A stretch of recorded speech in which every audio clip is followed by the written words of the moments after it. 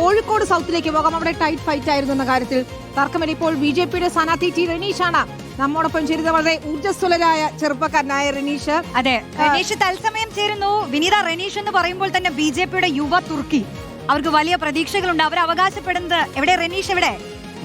Good afternoon Ranish. നമസ്കാരം റനീഷ്, നമ്മൾ പറഞ്ഞു വരികയായിരുന്നേ, ബി.ജെ.പിയുടെ വലിയ ആത്മവിശ്വാസം. ബി.ജെ.പി പറഞ്ഞിരുന്നത് സൗത്തിൽ ഒരു ത്രികോണ മത്സരമാക്കി മാറ്റി റനീഷ് എന്നാണ് അവർ അവകാശപ്പെട്ടിരുന്നത്. അപ്പോൾ ഈ പറഞ്ഞതുപോലെ ബി.ജെ.പിക്ക് വലിയ പ്രതീക്ഷ റനീഷിലുണ്ട്. കോഴിക്കോടിലെ 2 CPM വാർഡുകൾ നേരത്തെ കൈക്കലാക്കിയിട്ടുള്ള ഒരാളാണ്. അതൊന്നും ചെറിയ കാര്യമല്ല പാർട്ടിയെ സംബന്ധിച്ച്. അപ്പോൾ പറയൂ, ഈ അവസാന നിമിഷത്തെ പ്രതീക്ഷ എന്താണ്? വിജയപ്രതീക്ഷ? ഞാൻ ഇലക്ഷനിലെ തുടക്കം മുതലേ പറഞ്ഞിരുന്നു, വിജയത്തിൽ കുറഞ്ഞ മറ്റൊന്നും പ്രതീക്ഷിക്കുന്നില്ല. അവസാന നിമിഷം അത് തന്നെ പറയാനുള്ളത്, വിജയത്തിൽ കുറഞ്ഞൊന്നും പ്രതീക്ഷിക്കുന്നില്ല.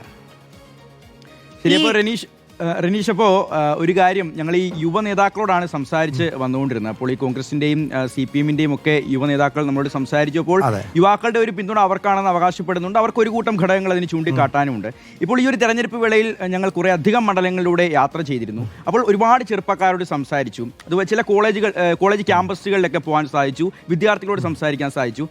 പലപ്പോഴും ബി.ജെ.പി എന്ന പാർട്ടിയോട് എന്തോ ഇപ്പോഴും അടുക്കാൻ യുവാക്കൾക്കൊരു മടിയുള്ളതുപോലെ ചില സംസാരങ്ങളിൽ നിന്ന് ഞങ്ങൾക്ക് തോന്നിയതാണ്. അങ്ങനെ ഉണ്ടെങ്കിൽ അത് എന്തുകൊണ്ടായിരിക്കും? അത് മാറ്റിയെടുക്കാനുള്ള ശ്രമങ്ങൾ, ഒരു യുവാവായതുകൊണ്ട് ചോദിക്കുകയാണ്, മാറ്റിയെടുക്കാനുള്ള ശ്രമങ്ങൾ ഏത് തരത്തിലാണ് പാർട്ടിയിൽ ഇപ്പോൾ നടക്കുന്നത്? അല്ല, പ്രത്യേകിച്ച് കേരളത്തെ സംബന്ധിച്ച് കേരളത്തിലെ ബി.ജെ.പിയെ കുറിച്ച് ജനങ്ങൾക്കിടയിൽ 2 മുന്നണികളും ഉണ്ടാക്കിയെടുത്തിട്ടുള്ള ഒരു രൂപമുണ്ട്. അത് ഇവർ വർഗീയ പാർട്ടിയാണ്, ഇവർ വർഗീയത പ്രചരിപ്പിക്കുന്ന ആളുകളാണ് എന്ന് പറഞ്ഞ് ഒരു രൂപം ഉണ്ടാക്കി വെച്ചിട്ടുണ്ട്, ഒരു ചട്ടക്കൂട് ഉണ്ടാക്കി വെച്ചിട്ടുണ്ട്. അതിൽ നിന്ന് ധാരാളം ഞങ്ങൾ മുന്നോട്ട് പോയി. ഇപ്പോൾ ഞാൻ മത്സരിക്കുന്ന ഡിവിഷനെ സംബന്ധിച്ചിടത്തോളം, മണ്ഡലത്തെ സംബന്ധിച്ചിടത്തോളം ഇവിടത്തെ യുവാക്കൾ എന്നോടൊപ്പം നിൽക്കുമെന്നുള്ള പൂർണ്ണ വിശ്വാസമുണ്ട്. കാരണം ഈ 2 മുന്നണികളും മാറി മാറി ഭരിച്ച 2 മുന്നണികളും യുവജന വഞ്ചനയാണ് ചെയ്തിട്ടുള്ളത്. ഞാൻ യുവമോർച്ചയുടെ സംസ്ഥാന സെക്രട്ടറിയും യുവമോർച്ച ജില്ലാ പ്രസിഡന്റും ഒക്കെ ആയിരുന്നു. നിരവധി തവണ ഏത് വിഷയം വന്നാലും യുവജനങ്ങളോടൊപ്പം അടികൊണ്ടിട്ടും ജയിലിൽ പോയത് ഞങ്ങളാണ്. മാറി മാറി ഭരിച്ച 2 മുന്നണികളും ഇവരെ വഞ്ചിക്കുകയാണ് ചെയ്തിട്ടുള്ളത്. ഇപ്പോൾ ഒരു +2 വിദ്യാഭ്യാസം കഴിഞ്ഞ ഒരു വിദ്യാർത്ഥി, നിങ്ങൾ ആ വിദ്യാർത്ഥിയോട് ചോദിച്ചാൽ അവർ ഈ രാജ്യത്ത് തന്നെ പുറത്തു പോകാൻ ആഗ്രഹിക്കുകയാണ്, ഈ നാട്ടിൽ നിന്ന് തന്നെ പുറത്തു പോകാൻ ആഗ്രഹിക്കുക. വെച്ചാൽ അവർക്ക് ഇവിടെ സ്വന്തമായി ഒരു ബിസിനസ് തുടങ്ങുവാനോ അല്ലെങ്കിൽ ഒരു ജോലി കിട്ടിയിട്ട് സ്വന്തമായി സമ്പാദിച്ച് ജീവിക്കാനോ ഉള്ള സാഹചര്യമില്ല എന്നുള്ള ബോധ്യം നിങ്ങൾക്കല്ല. ലക്ഷക്കണക്കിന് വിദ്യാർത്ഥികളാണ് ഓരോ വർഷവും പുറത്തു പോകുന്നത്. അപ്പോൾ ബി.ജെ.പി കുറി നിയമം ഉൾപ്പെടെ പല മണ്ഡലങ്ങളും ജയിക്കുമെന്നാണ് കണക്ക് കൂട്ടുന്നത്. എന്താണ് റനീഷിന്റെ ഒരു കാൽക്കുലേഷൻ?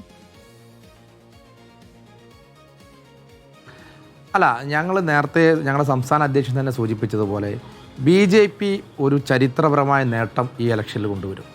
ഞങ്ങളിപ്പോൾ നേരത്തെ സൂചിപ്പിച്ചതുപോലെ സൗത്ത് നിയോജകമണ്ഡലം, ഞാൻ മത്സരിക്കുന്ന നിയോജക മണ്ഡലത്തിൽ പോലും ഒരു ചരിത്രപരമായ മുന്നേറ്റം ഞങ്ങൾ ഉണ്ടാക്കുമെന്നുള്ള കാര്യത്തിൽ ഒരു സംശയവുമില്ല.